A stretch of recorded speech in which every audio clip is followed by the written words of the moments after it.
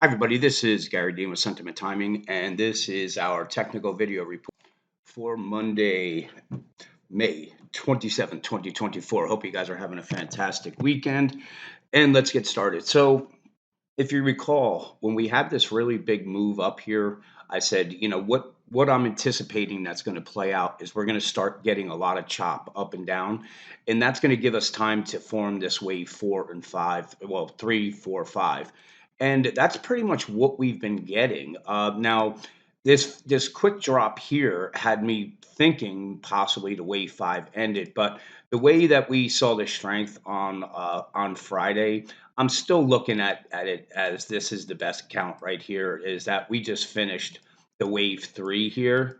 Because if it was gonna be the wave 5, I don't think we would have had this kind of bounce on Friday. We would have probably been coming straight down and testing this the 5206. So the fact that we did see the nice rebound means that this is probably the best count. Now we still could chop around to make this wave 4, meaning come down, take this out. But if support until we see these support levels give way, the best way to really kind of look at this is that that's just a wave 4, and now we're going to have a wave 5 up. So it doesn't make the market any safer, even though, the thought is that we're going to be heading higher. And really, what I would be looking at is of taking a little more time here as far as, kind of chopping up and down. These are just the wave structures from the other chart. But in any case, give this time to come down a little bit and then come back up and give us the sell signal on the daily chart, because when that hits, that's when I'm anticipating that we're going to have a much larger drop than what I think some are anticipating right now. But until we see really, the bears taking out these, support levels, which we could even bring them here, somewhere down near the moving average right here, because you can see that was price resistance here. They used it as support. So this would be, one of the areas that I would look if we do see weakness, that the bulls will defend. Now, for the bears, what they're going to have to do is, they're going to have to defend the highs that were made on Friday, because if they lose them, yes, there is some resistance right at the coming up near this the 5327 level, even a little bit lower than that actually. Yeah, so right around that 5325, let's say that.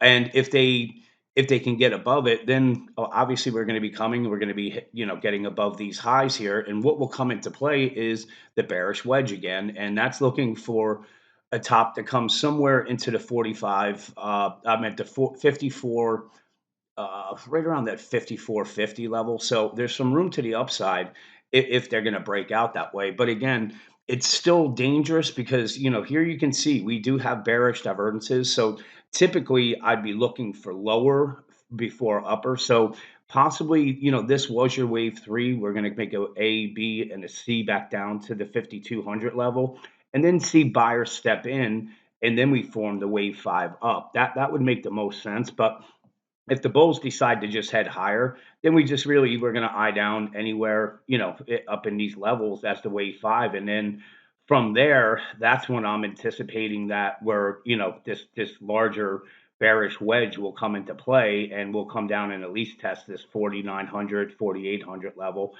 before again turning higher. But just anticipate that, the chop that we're seeing, I don't believe that's going away.